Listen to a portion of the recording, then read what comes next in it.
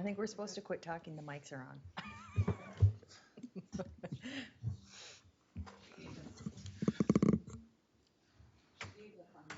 She gave the thumb up? Okay. Call to order the Rice Creek Board of Managers regular meeting. Today is August 23rd, 2023. It's 9 a.m. We are at the Shoreview City Hall Council Chambers. I notice that all managers are present. And is there any proposed changes to the agenda? Manager Bradley, staff have no changes.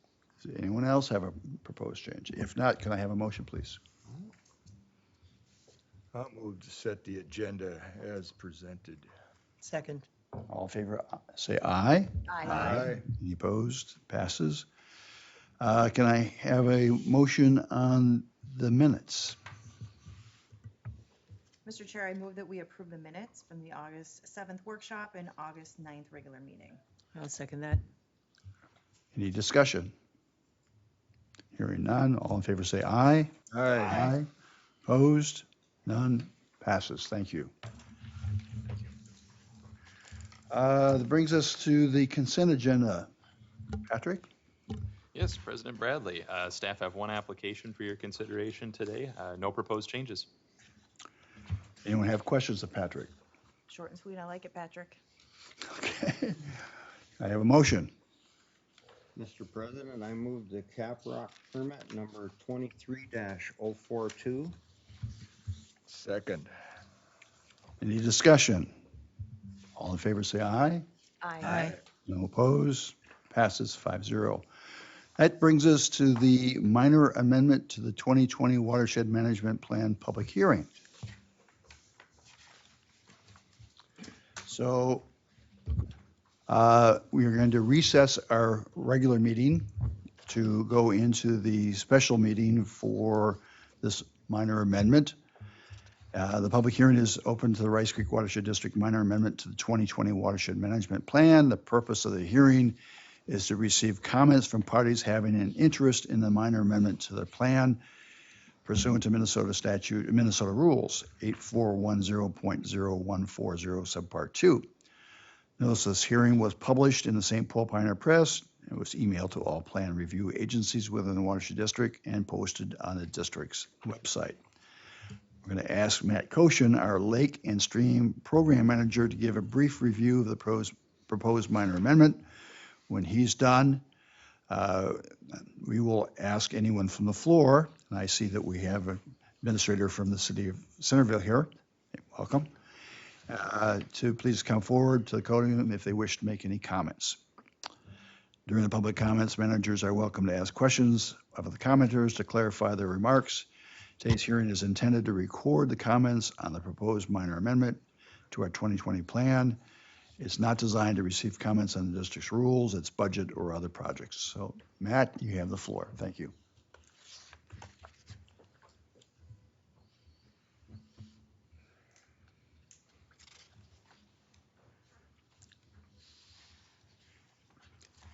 Okay, thank you, President Bradley. I have a few slides to review what this amendment is and also talk through some of the comments that the district has received on this minor amendment. So as the board is aware, but for the public, this minor amendment is mostly focused on Centerville Lake. I will make some quick note that there is another minor part of the amendment where we're updating the Board of Managers roster list. That's not the primary purpose of the amendment, but while the amendment was open, it was a good time to make that update. Primary purpose of the amendment is regarding Centerville Lake and the water quality problems that exist there. So algae blooms on Centerville Lake have been frequent and severe in recent years. Water quality conditions have been getting worse.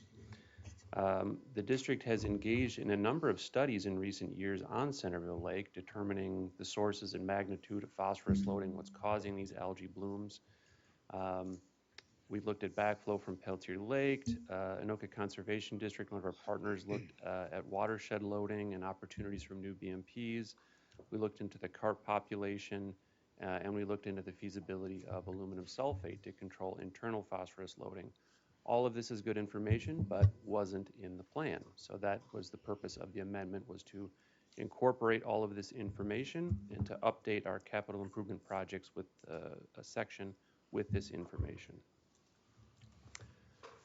So just to review what we're doing here, then this is a minor amendment.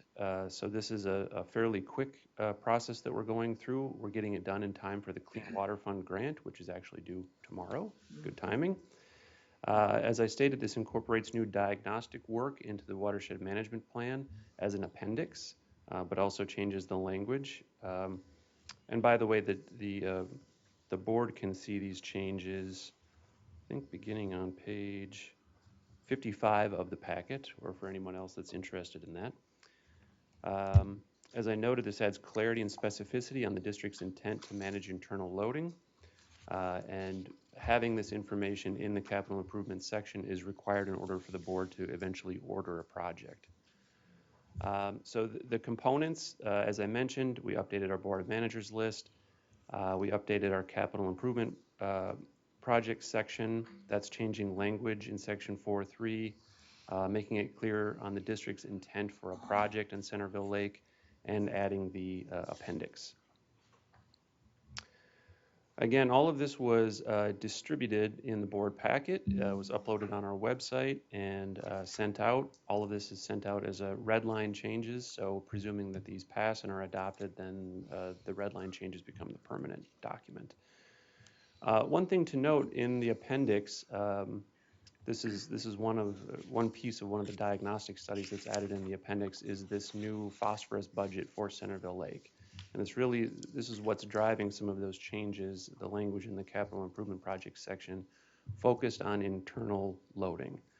So some of the new work that's been done has shown us that watershed loading, that dark blue section of the pie chart there, relatively small contributor to phosphorus loading and therefore algae blooms on Centerville Lake. The orange section, that is internal loading, a really large component of internal loading. So that's kind of what's driving a lot of these changes. Also note that in this table 4.3, we added a note on the far right-hand side. I know you can't read the table, but on the far right-hand side, this is a list of all of the capital improvement projects. The Anoka Chain of Lakes Water Management Project is what we're making edits to here. On the far right-hand side, there's a column for funding sources, and we're adding water management district to that. Now, that does not mean that we're creating a water management district with this minor amendment. It's simply saying that a water management district could be considered in the future as one funding source for that activity. The board will recall from past meetings that should we add a water management district, that would come at a later step. So the amendment process, the proposed amendment was sent to Bowser and Metro Plan authorities. It was also posted on our website. There was a 30-day public comment period that ended on Monday of this week. We had a duly noticed public hearing. That is what we are doing here today. The next step after this would be a resolution to adopt the plan. That's later in this regular meeting. Then afterward, distribution of the plan. Some notes to the board on comments that we've received throughout the comment period from several groups, including Metropolitan Council, Minnesota Department of Ag, and the cities of Blaine and Roseville. Basically just sent a note saying, we have no comment, it looks good. We received a letter from the Minnesota Department of Natural Resources, basically expressing their support for the district's efforts on Centerville Lake to better categorize and understand the nutrient loading sources. They were supportive of the idea of alternative funding sources like a water management district for a project.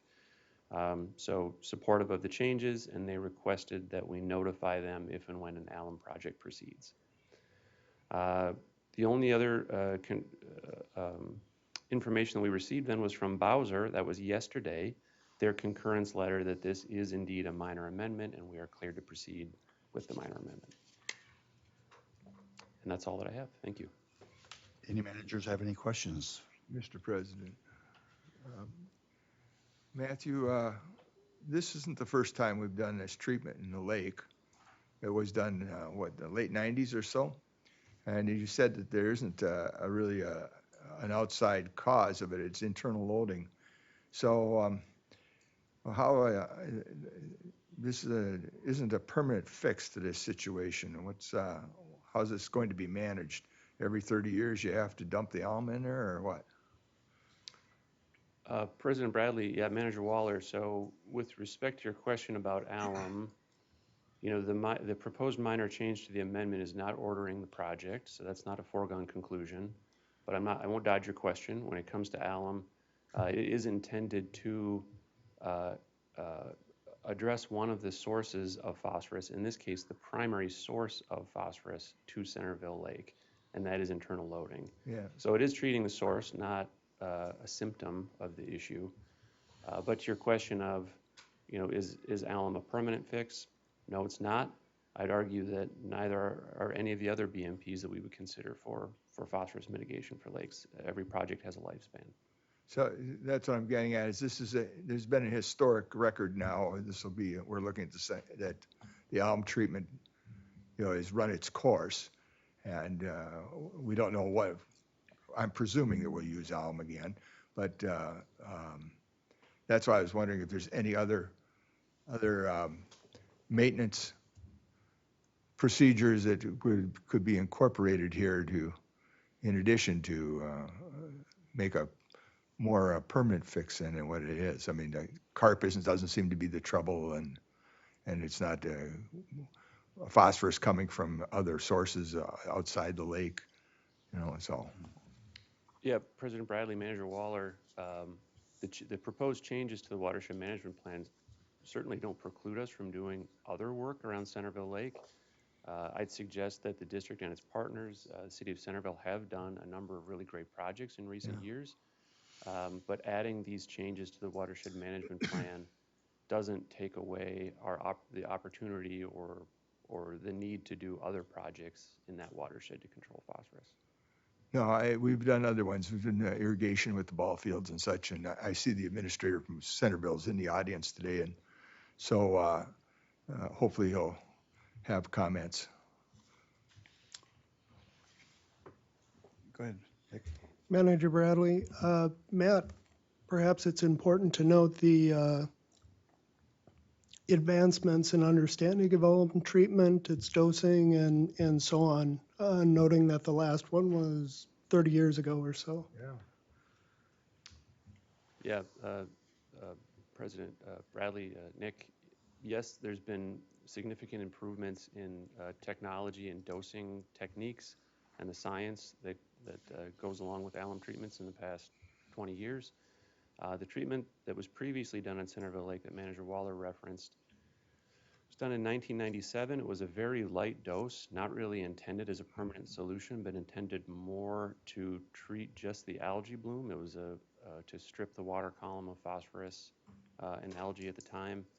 I would say more modern alum doses, including the one that we might consider after this minor amendment, the dose would be intended or designed to inactivate phosphorus in the sediment. That was not done in the past treatment. That was a much different type of project. Thank you. Are there other questions, Matt? If not, we'll open it up to the public. If there's anyone from the public who would like to come forward and have any comments about this, this would be a great time for that.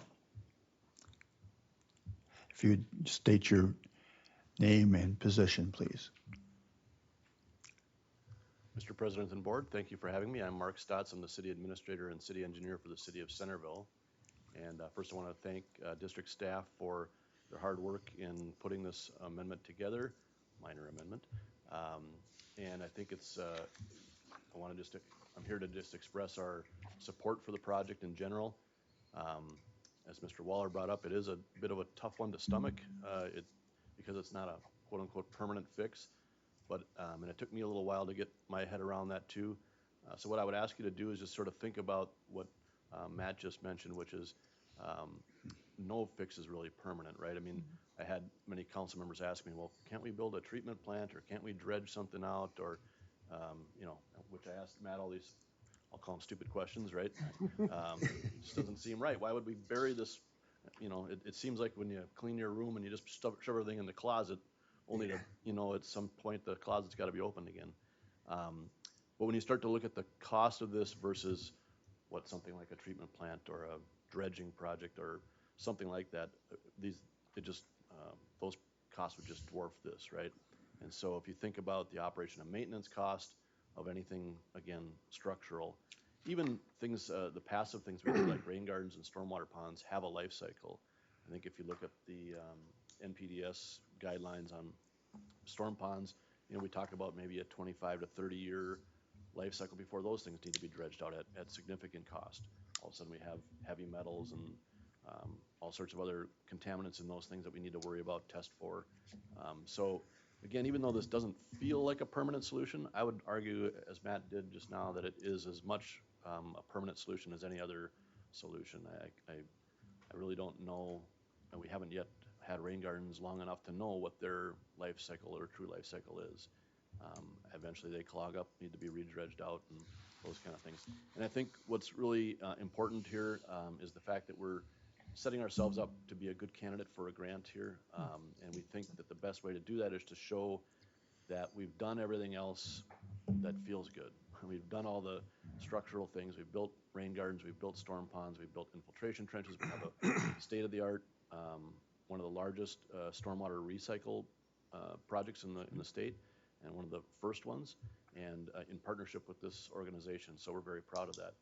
We're recycling almost 6 million gallons of rainwater every year. So, so again, we're just here to support the project, and we know that funding is going to be a difficult part of that, and we're not sure how that's all going to shake out. But I think the idea that we have multiple sources identified is certainly part of that. I would certainly think that we're hopeful that a grant can cover a fair portion of it, and then we'll all have to pitch in some, and we'll arm wrestle over that later. Very good. Does anyone have any questions? Mr. President, thank you for coming, Mark, and appreciate that review. You bet. I would hope that the span of like 1997 until now, a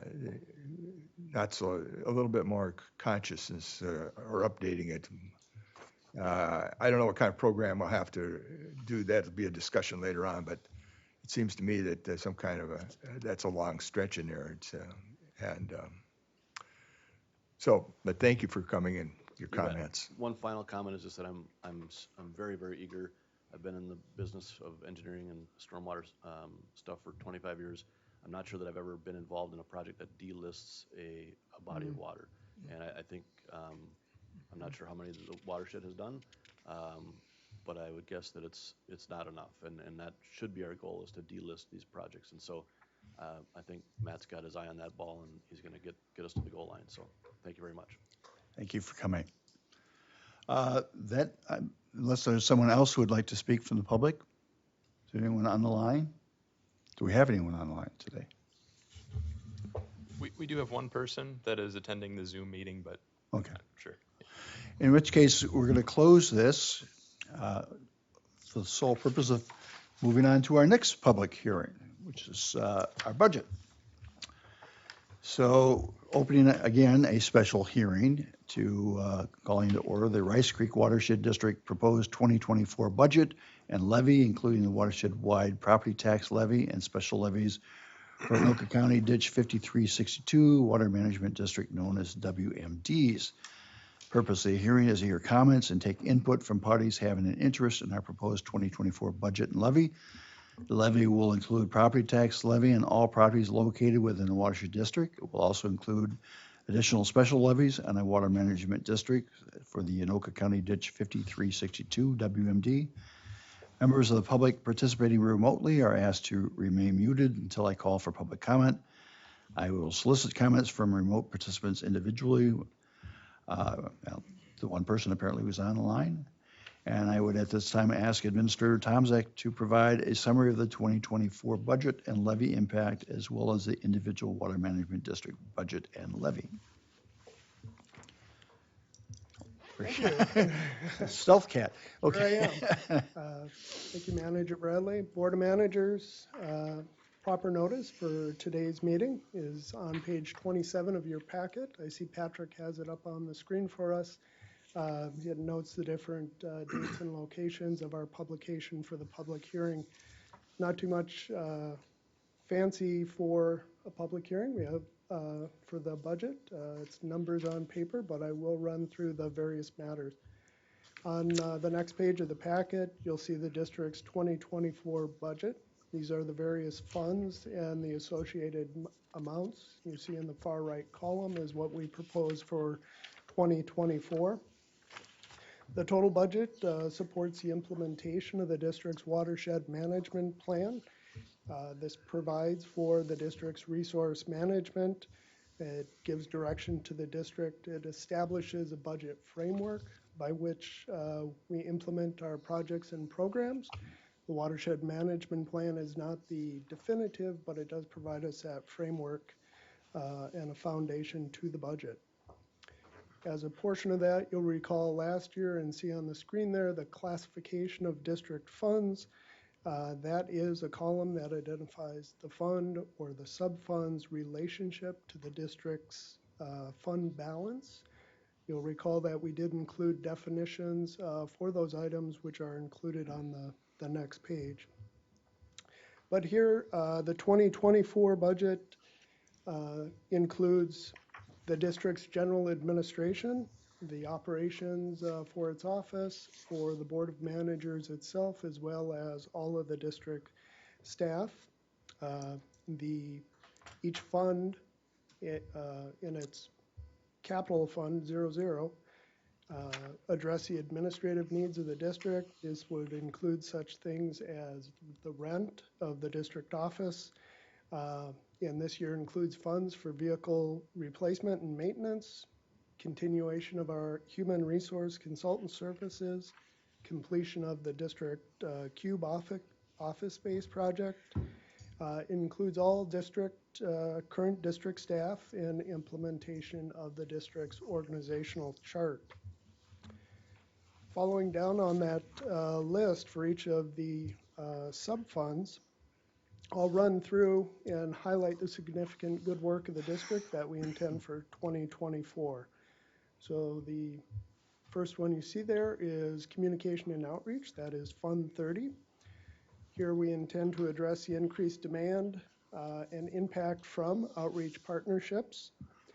This will continue supporting, although under a reduced amount of $4,000, training citizens with significant interest through the continuation of the Minnesota Water Stewards Program. We've included funds to ensure proper social media practices associated with Data Practices Act. We will update the watershed management plan as necessary, along with engineering support for that practice. And we may decommission some of our facilities from the watershed management plan that are no longer serving resource needs. Also includes communication, partnership, and promotion of the district's projects and its policy positions. That includes your work with the Minnesota Watersheds entity efforts, as well as your individual legislative efforts and such. Moving on from there, the district has an information management fund. That's Fund 35. These dollars will work to conclude the district boundary investigation and its adjustment that you've undertaken. It includes the annual maintenance updates of the district's watershed district-wide model project. We use this, and we've included funds to assist cities in use of that district-wide model for flood studies and such. And we have annual maintenance and upgrades of MS Forefront, which is the database that the district has. It includes all our regulatory work, housing our permits, the resultant best management practices on the landscape, grants that we give, and those best management practices as well. Fund 35 also includes maintenance and updates of GIS informational tools. These are topographic maps, aerial photographs, soil surveys, all sorts of things that help us work with landowners and help them to define their projects. And it will also host the maintenance of the district website. The new website is coming together nicely. We hope to roll that out to you soon, and then we need to maintain that into the coming year. Next fund is Fund 60, which is your restoration projects. This includes the implementation of the Centerville Lake in lake treatment. You just heard Matt speak to that. We've set some dollars earmarked for that project. We will assess Clearwater Creek, Anoka County Ditch, Judicial Ditch 3 for its stabilization needs. We have a commitment on the books of $100,000 to the city of Fridley for its Moore Lake project. We also have a $25,000 commitment for Bald Eagle Boulevard Saffle Baffle that we'll be paying out. We have dollars to assess and study the Highway 61 ponds for retrofit opportunities. We have a commitment of $100,000 to the city of New Brighton for a flood mitigation project. We will continue and further develop the Ramsey County Ditch 2, 3, and 5 projects, specifically looking at South Hanson Park and then Jones Lake as well, predominantly with the city of New Brighton and the other petitioning partners. We will continue the stormwater management cost share program with our communities. We have a potential project to stabilize Clear Lake shoreline up in Forest Lake in association with its road work. We intend to capitalize on stormwater planning opportunities like we've done in the past with Forest Lake, and potentially we've had some board outreach regarding that for the city of Columbus. We have a stormwater reuse study on the agenda later today that we've earmarked some dollars for. And then we will continue to coordinate municipal capital investment projects and those opportunities that we might be able to address the resource. The next fund is Fund 70. That is your regulatory program. We'll continue that regulatory permit program. It will provide for the review of projects, consideration of any rule revision, and associated guidance to help those that are subject to it. We intend to assess the permit surety schedule and its effectiveness. Intend to continue addressing unresolved permits to get those closed out, and continue inspection utilizing our county conservation districts and the contracts that we hold currently with Ramsey County as well as Washington County Conservation District. The next fund is Fund 80. That is Ditch and Creek Maintenance. Here we intend to continue the functional maintenance efforts on Anoka County Ditch 102232, specifically north of Pine Street. Maintain Judicial Ditch 2, west of 61 and downstream south of County Road 4. Undertake the Ramsey County Ditch 1 historical review. Develop plans and obtain permits for Anoka County Ditch 5362, that's branch 5 and 6 near the city of Blaine. Advance the Ramsey County Ditch 4 repair project. Enter into partnerships with municipalities for cost-effective public drainage system maintenance work. Participate as appropriate in natural waterway management. We have dollars to continue the public drainage maintenance on Washington Judicial Ditch 5 and Washington Judicial Ditch 7. Ashley spoke about that at the previous meeting here. Study and report on any parts of the public drainage system. Complete Anoka County Judicial Ditch 3, branch 1, 2, and 4 repair that you've ordered and will begin this fall and carry into the next year. Develop and partner with Anoka Washington Judicial Ditch 4 for potential storage. That is in the Forest Lake area. Follow up on any issues on the repair that you've just undertaken on 5362 near the city of Circle Pines or within it. and administer the water management districts. That includes coordination with our counties that put that on the books, as well as our district engineer. Next fund is Fund 90, that is Lake and Stream Management. Here we increase the water quality grant program funds to address inflation and the costs that our conservation districts charge for their services. You'll recall at the workshop when Molly spoke to that. We will continue to further our surface water monitoring program, including a new water quality monitoring database to store the information on. Continue the common carp management program that's been highly successful, along with the curly leaf pondweed management program. Moving on from there, we have district facilities, that is Fund 95. There, we intend to stabilize Middle Rice Creek, the meander facility we have there, and continue the district's inspection, operation, and maintenance of those existing facilities and repair them as necessary.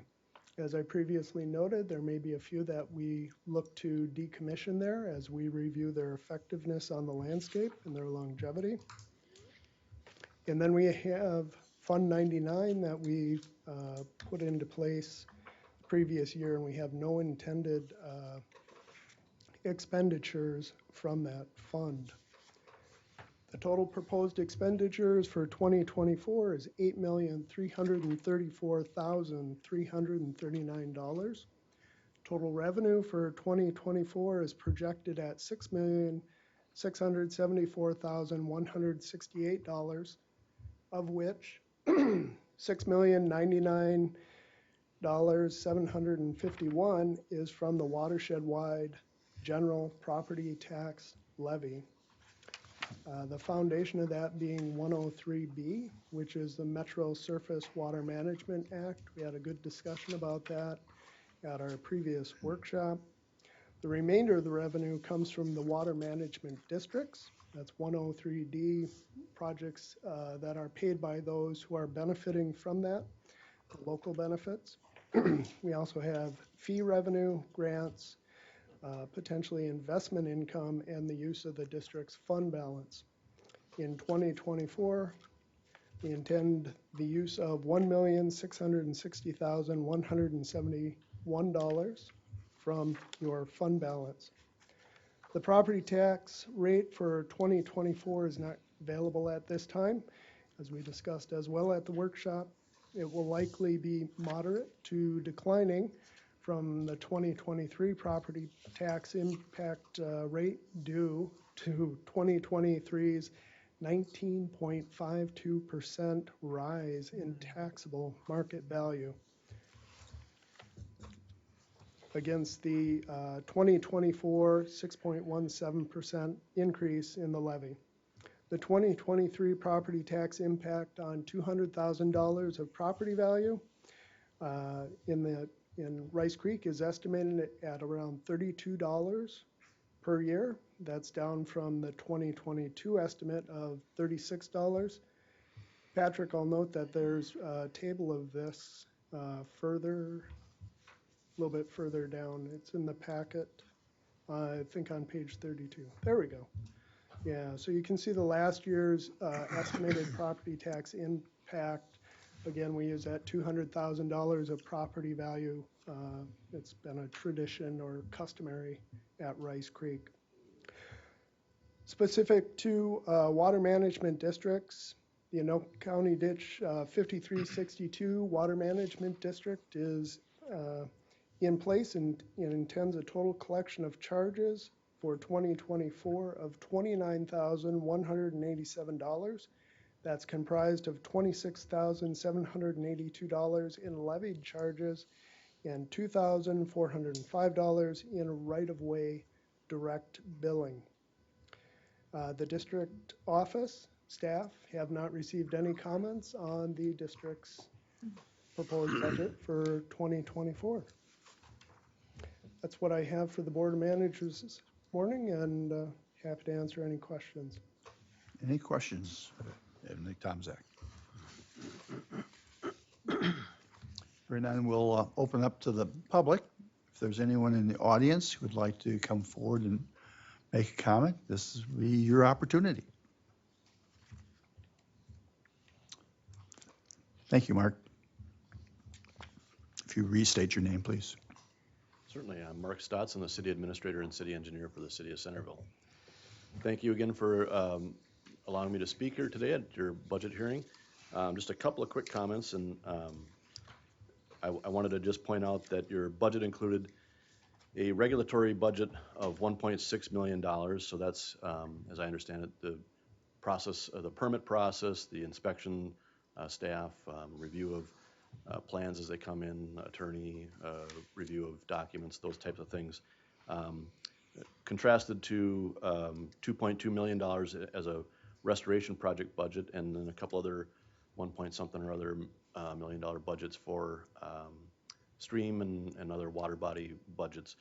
I want to applaud the fact that the project-based budget is larger than the regulatory budget, and just encourage that we continue to work towards that imbalance, which I think is important, that we emphasize projects over regulation. I have a difference of opinion, I would say, to characterize with your administrator on the need for regulation in the district. Many of the regulatory things that you have in place are duplicated by the NPDES and MS4 rules that all of their member cities have in place already. And so many of the rules mirror, if not exactly, very closely, the rules that are already in place and being enforced by your cities. And so sometimes we might think, well, regulation's important because we don't want those things to be out of control and pollute our lakes and rivers. And we sometimes think of that in a vacuum, and we don't think of what we really should be looking at, which is the incremental difference that your regulation makes. So if the city's base regulation, if there was no watershed district, is here, and the watershed districts is here, there is no incremental difference that you're making by regulating. And so, again, I know that Mr. Tomczyk has a different opinion, and I respect that, and he's been very gracious to continue discussions with me, and we've made progress towards eliminating some of that redundancy, by sharing inspectors on erosion control for our developments. And I think that's a great partnership. It's worked out very well. You have excellent staff, and I certainly don't want my comments to reflect on the quality staff you have. You have a very good regulatory department. They do a great job of regulating. What I'm arguing here is that I'm not sure that there's a need for it, because the cities also have that same regulatory framework, and that $1.6 million, that's about the cost of an alum treatment for Centerville Lake. And if we could do that on an annual, that's an annual budget, you have a $1.6 million, not a one-time budget. We could, in the next 20 years, what $1.6 million times 20, what would the impact to our watershed have if you spent that money on projects versus regulation? That's what I'm asking you to ponder. If we instead spent that money on projects, what would the impact be to your community? I'm going to see if any of my people want to comment. I would just observe myself that if we subtracted and eliminated the 1.6 million, it would not go into projects. It would disappear. So, Mr. President, I have a comment with you. Thank you for coming today, Mark.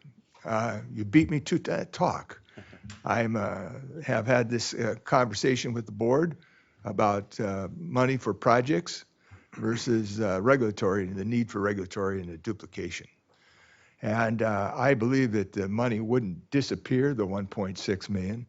I think it could be put into our mission, which is flood control, which are basically the ditch systems, which we are the MS4 for, and water quality, which is an example of Centerville Lake we were talking about earlier this morning, and other projects. And I voted for a lot of projects on water quality and a lot of projects on drainage control. And I think that $1.6 million on an annual basis is about 20% of this budget. And so we'll have a more opportunity to discuss it, but I just wanted to thank you for coming, and I support what you're saying. So I just like, final for me, is we are constantly looking for a way to control that cost. And we have 3 cities, I believe now, who have their own ordinances, and you're one of them. And we applaud that. That's an opportunity. Third, we are partnering and looking for, you're kind of like a test case, to do joint powers agreements. So where we could, but most of the times when someone comes to us and says we joint power agreement, what they say to us is, we want you to do it. They aren't saying it. We want to do it. So this is a complex issue. It's an important issue. We continue to work on it, and we continue to encourage our partners to jointly work with us. I will point out, Mr. Waller fully knows that our permitting project is, the purpose of them is to deal with flood control and to deal with water quality. That's the only reason to do it. How much water comes off that property after you've built it? Flood control. What's the quality of that water? How fastly does it come off? I mean, so this is our mission. Don't mean to interrupt. Mr. Yeah, President, please but- go ahead. But both of those things are regulated by the MS4 rules, which are applied to all cities in your district.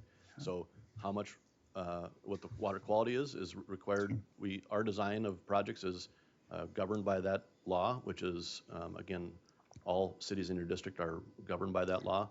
And the amount of water that comes off, or the rate, I should say, is also governed by that same law. So again, just to repeat, the efforts that you're making in regulation, oftentimes, and I want to say there is some nuance. You have a ditch system, which is not necessarily regulated by the city and is a requirement for you guys to have. So I wouldn't say 1.6 million can go away. I'm sure there is some left over there. I'm just saying a large portion of that, in my opinion, is duplicative, evidenced by the fact that you've got a fair amount of cities that have said, no, thank you, we'll do our own rulemaking as we're already required to do. And for our part, when we've asked a partnership, we've said we would like you to do it, as you mentioned, but we also said we're willing to pay you for that effort. Yes. And so that's, we recognize that one of us has to do that. We both don't need to. That's the whole idea of the partnership. So, but we realize that we're maybe both obligated to in some respect, and so we should share in that cost. And that, of course, lowers the amount that we have to tax. Correct? So, I mean, you know, Mr. President, partnerships. That's Just an one final, if I may, I think this is. it's an important point I want to emphasize again that you just made, that you pay the district to provide that regulatory service. Yeah. It's a source of income, not a loss. And then just, if I may, comment one more thing, is that with regard to the idea that it would disappear, I think that's a bit of a misnomer, that it would go back into taxpayers' pockets, where, you know, of course, we could. Would not we come could out of their choose- pockets. We could choose to ask those taxpayers to send that money to a city to do a project, or to someone else. We would certainly support, we're not asking you to necessarily lower taxes, your tax. We're asking you to either lower taxes or spend that money on projects. Just another quick thing I had here. I wanted to mention too that I noticed in the presentation we talked about the 19% increase in taxable market value. I just want to remind everybody that does not mean there are 19% more taxpayers. No. That just means their house value, everybody's house value went up. It's a very artificial thing, I think, to base any levy decisions on, and I would encourage you to just eliminate that from your lexicon in terms of how you view your levy increase in relation to that number, because it's just so arbitrary. It does not reflect anyone's ability to pay. I don't think it really reflects anything. I just think it's apples and oranges, and I think that what we should be looking at, and what we look at when we look at our levy increases, is how much new taxable value is out there. So you can get that number from the county, the newly constructed taxable market value. In other words, how many new homes, new businesses were put up.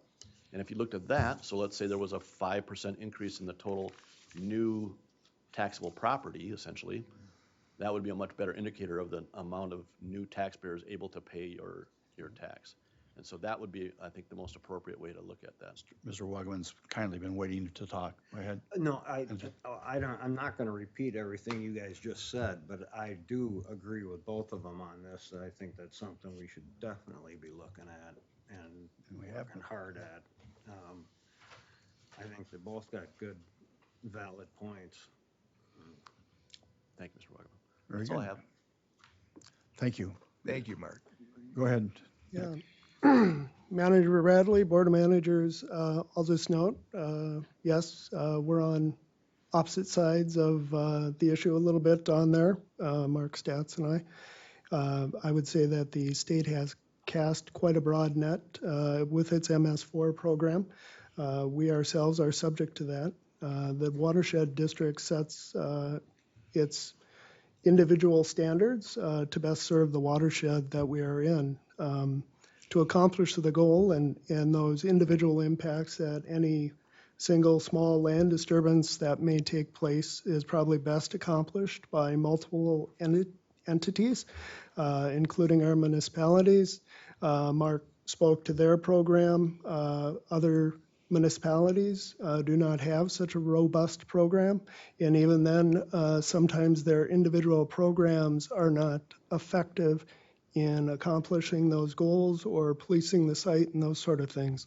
So it can be best to have multiple entities across that goal, and we look for the municipalities to support us in accomplishing that for the resource. I'm not critical of the city's programs.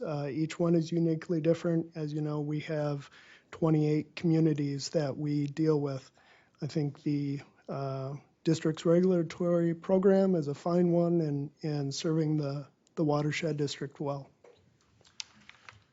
Thank you, Mark. Anyone on the phone wishes to make a comment? Hearing none, we will close this meeting and go back to our regular meeting. First up, I believe, is the Stormwater Reuse Study Agreement. Is that correct? Allie, you're going to speak to us? President Bradley? Yes. I would just note that there is also an open mic Oh, between the hearing. bless you, Picky, Patrick, I picky. forgot. The agenda. So this is our open mic time. Anyone who's either in the audience who would like to speak to something that's not going to be addressed already as we have on the agenda, or anybody on the phone who would like to take this opportunity to speak to us. This is your chance. We'll moment of silence here. No one in the audience is coming forward. Does any person on the phone wish to speak? Apparently not. Thank you, Patrick, for keeping me straight. Now we would move forward to the Stormwater Reuse Study Agreement. Allie. All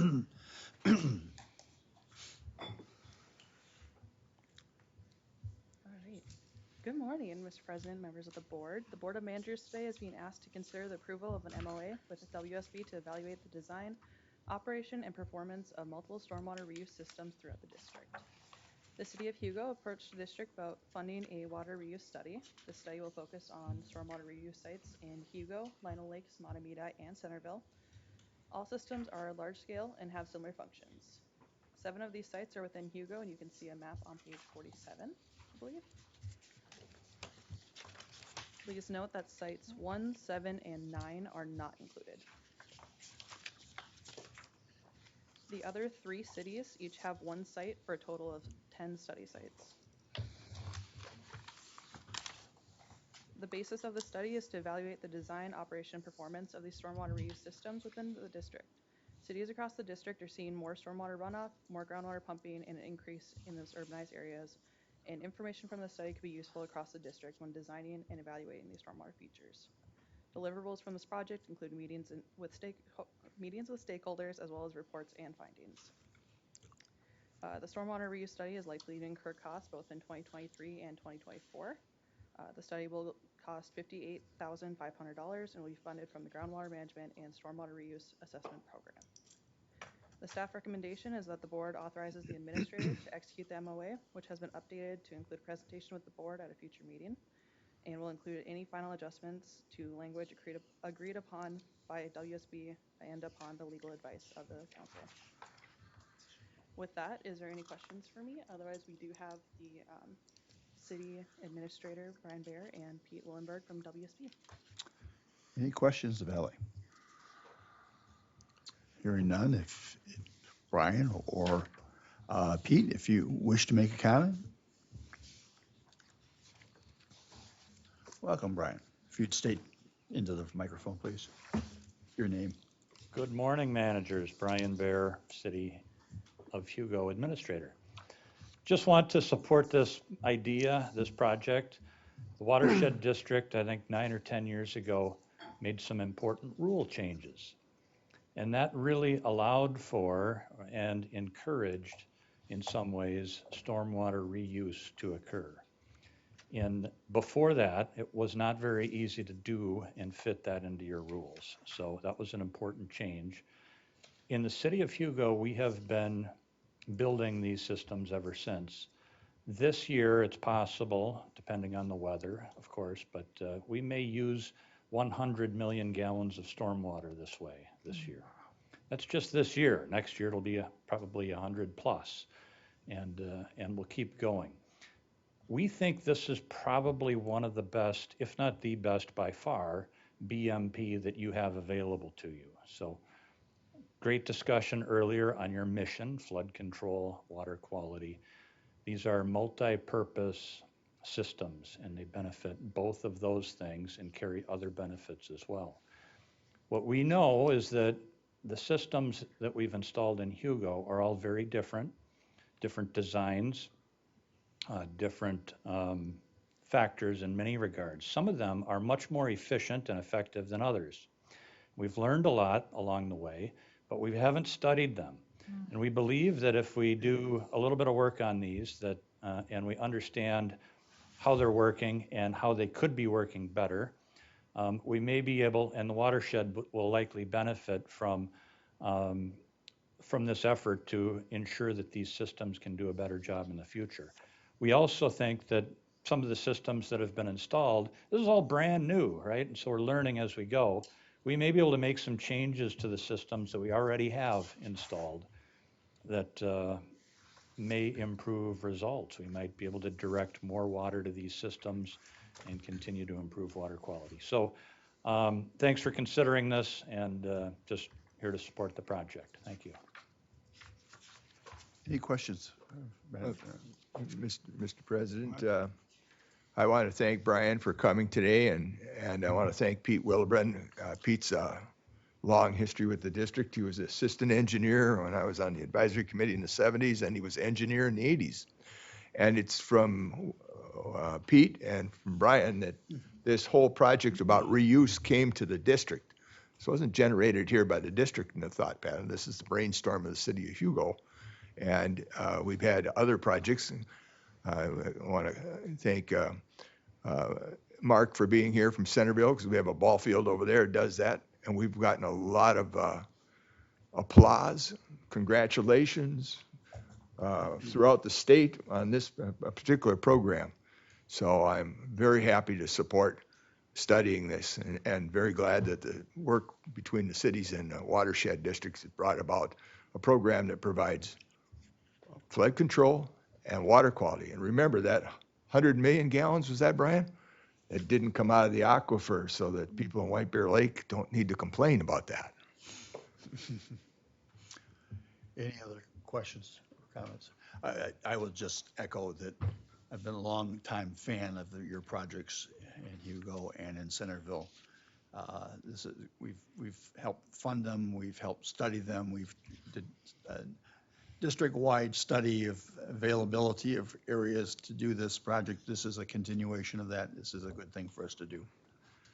So if that, Manager Wally, would you like to make a motion for us on page? Thank you, Mr. President. I certainly would. Mr. President, I'll move to approve the memorandum of agreement between WSB for the proposal to complete an evaluation of 10 stormwater reuse systems within the cities of Hugo, Centerville, Matamidi, and Lino Lakes for the Rice Creek Watershed District, including any non-material changes, authorizing the district administrator to execute this agreement upon advice of council. I will second that. Manager Bradley? Any discussion? Yes, if I just could insert the statement of work in the agreement are a little rough in a couple areas. I'll note that the dollar amount is incorrect there, and we'll make that adjustment to the $58,500 appropriately. And we're also working with council, and of course, we look forward to any comments that WSB may have, but we'll get it wrapped up. Great. Marcy? And Mr. Chair, just to connect this to the discussion we had about the budget, and since I don't have my glasses with me, what number would that be in our 2024 budget? That would be Fund 6037. That's your groundwater management and stormwater reuse program. Perfect. I've Thank you. proposed $65,000 for the coming year, and we'll use, it'll bridge the years, I would think, so. Great, thank you. Mhm. Any other questions, comments? All in favor, say aye. Aye. Any opposed? Of course not. Thank you for coming. What's next, Nick? Manager Bradley, Board of Managers, next is consideration for the adoption of the 2023 Watershed Management Plan update that we just had the public hearing for. All right. So we've got, we're looking at what, Resolution 2023-08? Is that what we're, okay. So. That is correct. We're on page Okay, 49 of the packet. I would move resolution number 2023-08, the Rice Creek Watershed District resolution adopting water management plan minor amendment pursuant to Minnesota's rules 8410.0140 subpart 2. Be it resolved that the Rice Creek Watershed Board of Managers adopts and for implementation the 2023 RCWD WMP minor amendment effective immediately and directs the Rice Creek Watershed District Administrator distribute copies of the WMP update pursuant, and that's the water management plan, the WMP, pursuant to Minnesota rules 8410.0140 subparts 4 and 5. Is there a second for that? All right, seconded by Mr. Wagaman. This calls for a roll call. Bradley, yes. Robertson? Yes. Wagaman? Yes. Waller? Yes. Warner? Yes. Passes 5-0. And so are we on to, what are we on to next, Nick? Yes, Board of Managers, next is the Lower Rice Creek repair. That's a construction agreement, and Matt will be addressing that as well. That's on page 61 of your packet.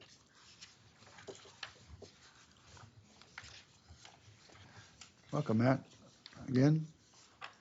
Yes, President Bradley. Okay, we've got some slides up here to share with you about Lower Rice Creek and approval of a construction agreement for repair of one of these stream banks.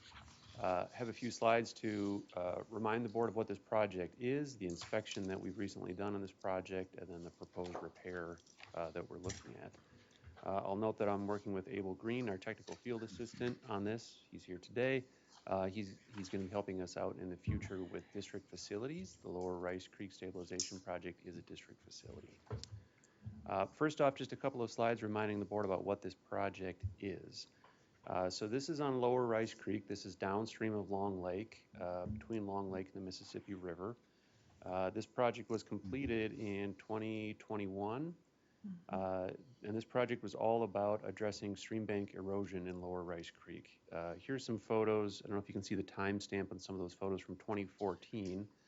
The district worked with the district engineer, Houston, surveying these stream banks and the erosion on them in 2014, looking at the sources of stream bank erosion and mapping out where stream bank erosion was the worst along this stretch of Lower Rice Creek. So this is Lower Rice Creek running from Long Lake to the Mississippi River. You can see all of the different dots there on the map. Those are all different stream banks with some amount of erosion occurring. Throughout the course of that diagnostic work, we focused in on a segment of Rice Creek between Highway 65 and 47 in Fridley for this Lower Rice Creek Stabilization Project. So the project really was to stabilize a whole bunch of stream banks all at once, kind of lassoing together all of the highest priority stream banks into one large project. So that's what we had.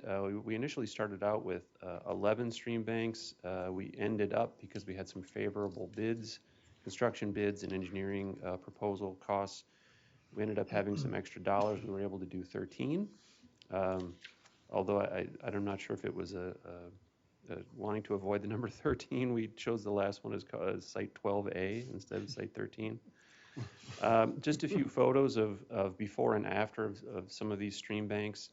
You can see at some of these sites we had some pretty significant erosion resulting in a lot of trees falling down into the creek and a lot of sediment being lost into the creek. I don't think I previously noted then that this sediment causes habitat loss in the creek. It also flows down into Lock Lake and is filling up the sedimentation basin there. Here's another site where we actually had some rock gabion baskets in place from a project that the district did in the 80s, and we were able to reuse some of that material and do some stabilization work on top of it. Let's see, come on. Here's another site where we had a pretty large eroding bank, and we were able to add a floodplain bench. That's what you're looking at in the after photo below. And all of these sites turned out really well during construction. Just a reminder of what this project cost and how it came out. The original budget for this project was just over $700,000. I mentioned that we did get some favorable engineering proposals and construction bids, and it actually came in under budget by $73,000, so that was good. Now, this is a district facility, and I'll talk about that again in a minute, but as a facility, it is subject to inspection by district staff to ensure that it's functioning properly. And so we did inspection of all of these sites in 2023. Able helped out with that. All of the sites, except for one, Lucky 13 or 12A, were in really good shape. So sites 1 through 12 looked really good. Site 12A, excuse me, some repair is needed. And so I've got some photos of that. First, this is a before and after. So this is what the site looked like in the upper left-hand corner before we did any work. And then on the lower right-hand corner, what it looked like after the project was done. But I don't know if you can notice this. There's just a small nick point occurring right here after this project was done. And here's what it looks like now. This is from this year. So there is May on the left and August on the right. I'll note that in May, Abel was able to walk across this bench kind of from the bottom of the photo to the top of the photo. And by August, there's been such a collapse in this portion of the bank that you're not even able to walk across it anymore. So I'm sharing these photos to highlight to the board that time is of the essence in doing this repair work. This section has unraveled quickly and needs to be repaired quickly. So once again, this is a district facility. That means it's subject to district inspection and upkeep so that it's serving its designed function. It was also primarily funded by a Clean Water Fund grant. So 75% of the project cost came from a Clean Water Fund grant. With those grants comes a maintenance agreement where the district is responsible to maintain that for a period of 25 years. And so the verdict here is that the district is responsible to inspect and maintain the Lower Rice Creek project. Anticipating this question, this project is outside of the warranty period now from the original construction. And I don't think that I note this anywhere else, so I'll note it now. I want to state for the record that I don't believe that this failure right here is the result of a poor design on the case of Barr, who was the engineer for this project, or the result of a poor installation on the part of the contractor, which was Sunram. I think it was designed appropriately. I think it was constructed well. I think the issue that we're having here is the result of some very unique turbulent flows that are impacting the bank at a specific location. In this photo, where we can see Abel is standing, this bank treatment actually extends all the way throughout the up and around the corner here. And we're really just having a problem in this one little spot. And I think there's some vortex flows occurring. I think there's a change in the bank angle that's just resulted in some unique flows causing this. So again, we had 13 banks, 12 of the 13 functioned very well. I think this was designed appropriately, constructed appropriately. And this is just the nature of working in natural systems. Occasionally, repair will be necessary. So the district engaged Emmons and all of your resources to come up with a proposal. I mentioned earlier the time is of the essence, and so we're not looking at full plans and specs here, but rather sketches and then working with the contractor in the field to repair this. The proposed contractor is Minnesota Native Landscapes. They have prepared this proposal, which you saw in your packet and up again here on the screen. The proposal is on page 68 of your packets. So this is my last notes here. Repair is needed. The district is responsible. Time is of the essence. We want to get this done this year, this calendar year. That means in the next couple of months. The good news is that our DNR public waters permit remains. It's still open and covers this work. Our access agreement with the City of Fridley and Anoka County Parks remains open. We've contacted them. They're giving us the thumbs up.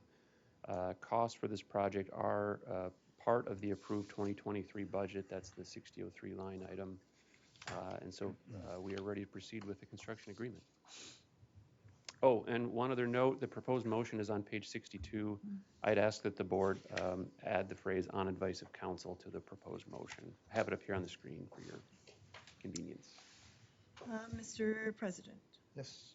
I would move to authorize the administrator to enter into agreement with Minnesota Native Landscapes for stream bank repair work on the Lower Rice Creek Stabilization Project for an amount not to exceed $24,070. The administrator is further authorized, on advice of council, to approve contract amendments not to exceed 20% of the contract price, $4,814. I'm going to second that, but before we take a vote, I'm going to do as I'd like to do, ask if anyone has any questions of Matt first. Oh. Mr. President, so Matthew, I'm all for taking care of those meander banks. And I think I'm all glad to hear that the staff is doing the inspections down there. This is the kind of inspections I like to hear about, and money spent there. But I think when we visited the Fridley site at their campus at the city of Fridley, seemed to me that there was a need for a second project there. So I would just say that will you continue to inspect? And I expect to see another project in the future to reinforce more of those meanders to stop that erosion. That seems to be nodding his Yep, head, yes. President Bradley, Manager Waller, yes, we will continue to inspect those sites. The Lower Rice Creek project that we did included some of the highest priority sites in that area, but as you said, there are others that require attention. Any other questions or comments? President Bradley? Please. Might I ask that you amend the motion to add on advice of council? He did. She did. Did you? Yeah. Okay. Yeah. Apologies, I missed it. We're covered. Thank you. All in favor, say aye. Aye. Aye. Any opposed? No. Motion passes 5-0. Thank you, Matt. Thank you. Manager Bradley, Board of Managers, next on your agenda is the Minnesota Watersheds Resolution. Kendra is here to walk you through that. Let's see, what page is that on? 84 of your packet.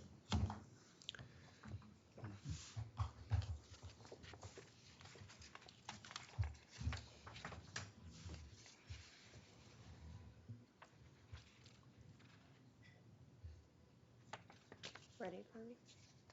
Morning, Board of Managers. I have here today for you the Minnesota Watershed resolutions that we've been working on at the workshop. We discussed the resolution and sort of how we wanted to move forward with that. We reached out to John Kolb with Rinky Noonan to draft some bill language, see if he proposed any amendments to those previous Senate and House bills. And so I have attached the proposed amendments and then the draft resolution, and then also some bill language for the previous SF 2419 bill. Any questions?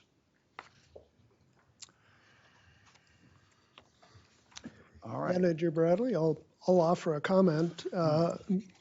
So the attachments, if you will, to the resolution. The intent there is to give Minnesota Watersheds and their team as much as possible to support them. Obviously, we won't know the outcome of any legislative debates about the issue, but I think it firmly identifies the district's position and what we're trying to accomplish. Mr. President, I would say that it's a good start. And there's other things that need to be done about the drainage rules, and so a good start. Yeah, this is a good start to address a particular problem, which is dealing with the DNR. So I appreciate all the work that was done. I appreciate the work done by Mr. Kolb. And I would move to direct staff to submit the proposed resolution with attachments, support of new legislation modeled after House File 2687 and Senate File 2419 and from 2018 regarding DNR regulatory authority over public drainage maintenance and repairs. Providing that to the Minnesota Watersheds. And look for a second. Second. Any discussion? Mr. Chair, I see that we're referring this to the Drainage Water Work Group. And I saw in the staff reports that Ashley is attending those. And as I recall, our engineer is also on the work group. So is there anyone else in the Rice Creek staff that is attending these, and how effective is the work? Yeah, Manager Bradley, Manager Wynant, yes, Chris Otterness, district engineer, plays a critical role in that. He's currently on the adequacy of outlet, I'll say, subcommittee of the drainage work group.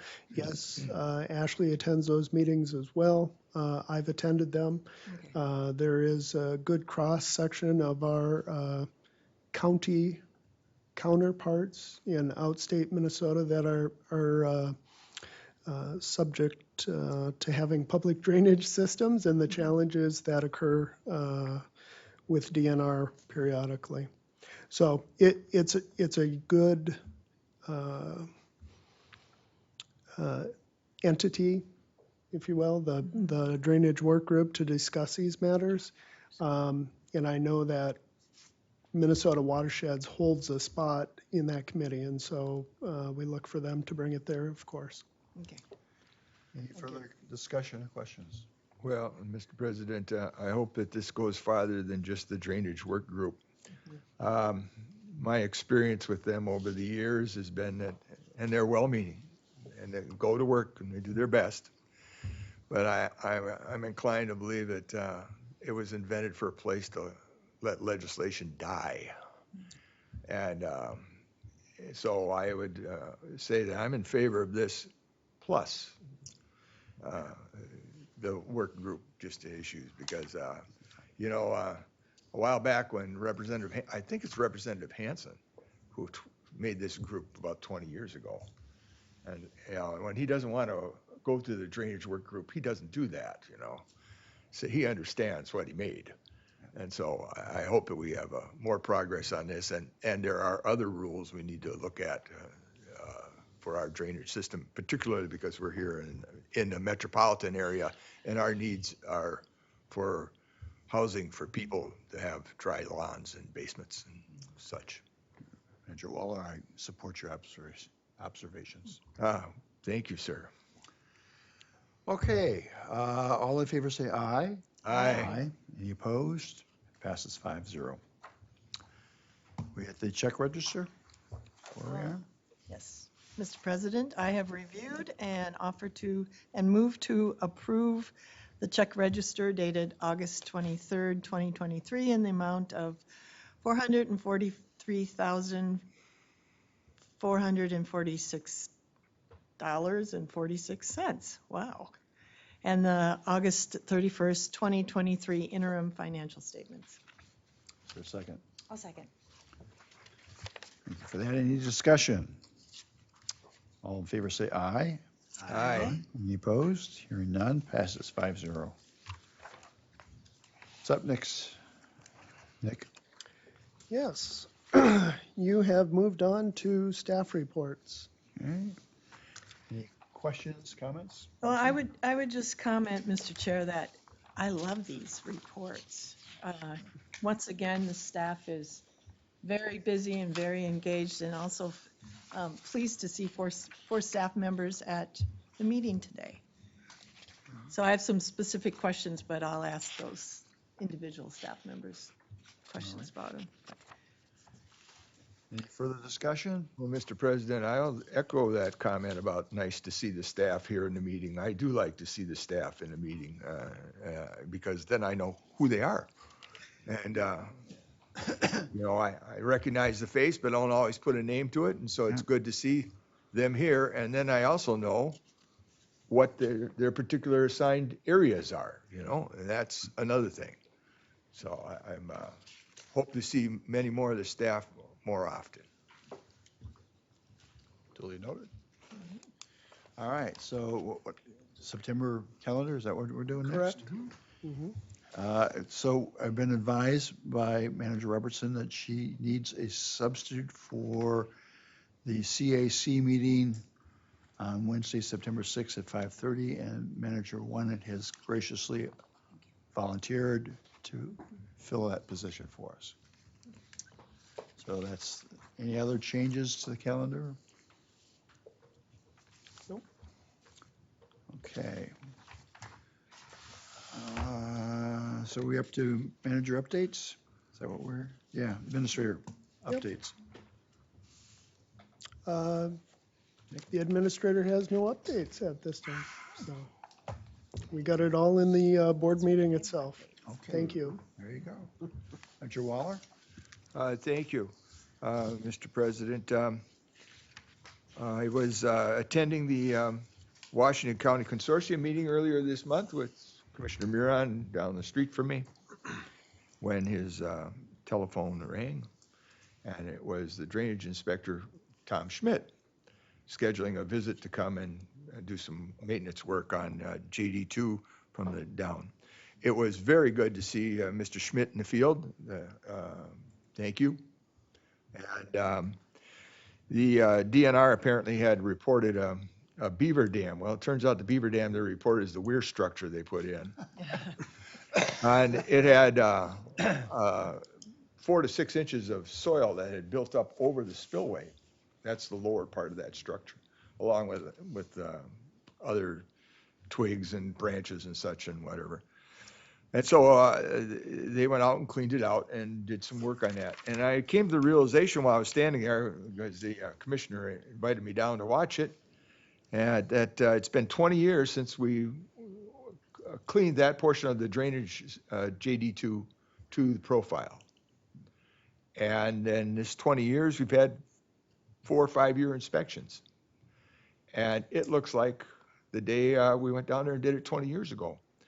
So there needs to be more detailed inspections, more personnel assigned to these things, more money put into this program, not just on JD2, but on all of them. Some of these over on JD3, where we did all that cutting of the timbers a few years ago, you can see that the brush has started to grow back in, and trees are, so when I say that I'm talking about the budget, I mean that I think we have a lot of staff. I was looking at this, went home and looked at this, and here's my district telephones and address numbers from 2009. There are 9 employees. And here it is from this year in May of 2023, there are 20 with 1 space missing, and 2 of those are part-time. So the growth has been in the regulatory area and not in the water quality or the stormwater. And I think that as a board, we need to sit down and take a look at how this distribution is coming or going on, and get back to basics of making sure the ditches are cleaned and that they work, and that we have the water quality programs in there. So anyways, that's my only comment, was that 20 years, and I realized that, well, all that good work that's being done with these historic reestablishment processes and procedures needs to have more care to it. And we have a lot of talented staff here that could be used in those areas, reassigned. That's my opinion, but we'll talk about it in the future, I'm sure. Thank you. Did you want to comment? Yep, Board of Managers, it's probably good to note that Rice Creek staff do inspect the systems consistent with that protocol that we've established, different levels on each of the public drainage system. We report that to the board annually. I'll note that we've added a position as well to the Lake and Stream program. You'll remember that Catherine moved over to be exclusively working in that arena. We've added the field tech position, Abel Green, who's present, who helps with public drainage as well. Growing in all areas, I would say. The distribution, certainly we could discuss that in the future as we looked at our org chart and revisit that. As far as the drainage work group, I'll note that both of your law firms participate, John Kolb and Smith Partners here, participate in that as well. Marcy? I do have some updates. As you know, I am the watershed representative to the Clean Water Council, and on Monday we had a full Clean Water Council meeting connecting some of the work that we do at this table with the work of the council. It is extremely important that watershed management plans are updated, because it's only through recognition of projects in those watershed plans that clean water funds can be distributed. So just putting in a plug there for the work that we do on planning. The other, I wish I had the graphic for this, but 10 years ago there were 5 pilot watersheds outstate that were starting to do their watershed plans. And as of this year, the entire state is now covered with watershed plans, comprehensive watershed plans. And we know what we went through to get our plans updated. These are plans that were developed through multi-county watershed boundaried plans that you can only imagine the tremendous amount of work that had to occur across jurisdictions, with public engagement, with state agencies, to think about where we want to be, where those watersheds want to be in 10, 15, 20 years. The other thing I was struck with in the midst of that is the discussion part of how much climate change has impacted the landscape and actually impacted those plans. So I'm looking forward to hearing what our citizens had to say and how we incorporate those with the climate change work that we had. And also, secondly, is the Clean Water Council does a tour every 2 years. This time around, it is going to look at projects within the metro area. And included in that is a presentation by Rice Creek Watershed District on the clean water funds that we've been incorporated. And so at the Long Lake Park at 12:15 on Tuesday, September 19th, Matt and Nick, as well as whoever else they've put together for a presentation, will be there. And I'm inviting this board to come to the picnic. What time is that? 12:15 at the Long Lake Park, and we'll get this out to you. Shelter 2, Lions Park, and we're there for about an hour.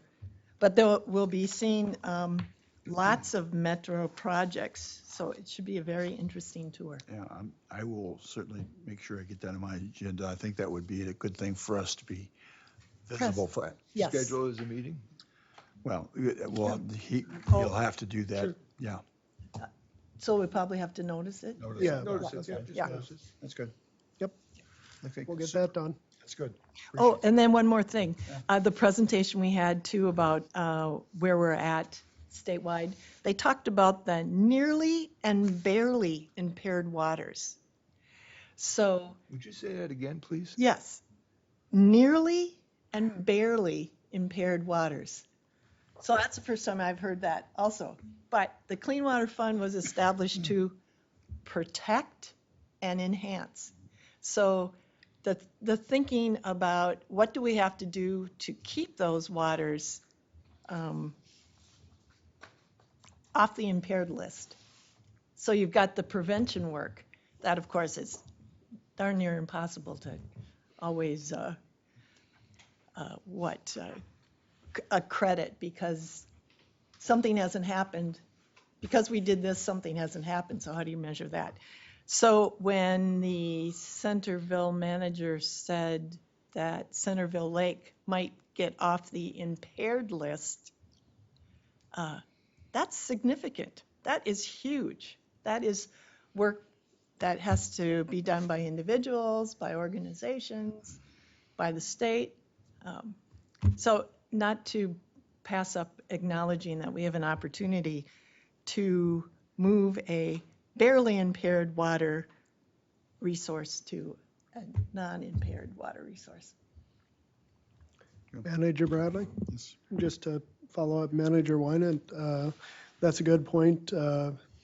I would say that all watersheds and society as a whole has learned that some of our sins of the past, we caused our own problems.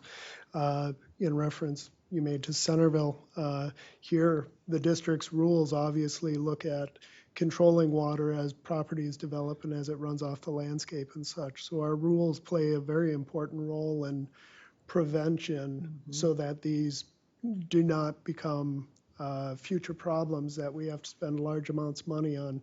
So it's that incremental addressing before things become big problems. Thank you. Mr. Wagaman? Nothing? Robertson? No, sir? Nothing for me either. So thank you all. Can I have a motion to adjourn? To adjourn. Second. All in favor, aye. Aye. Aye. Okay. No opposed. Just a minute. Thank you.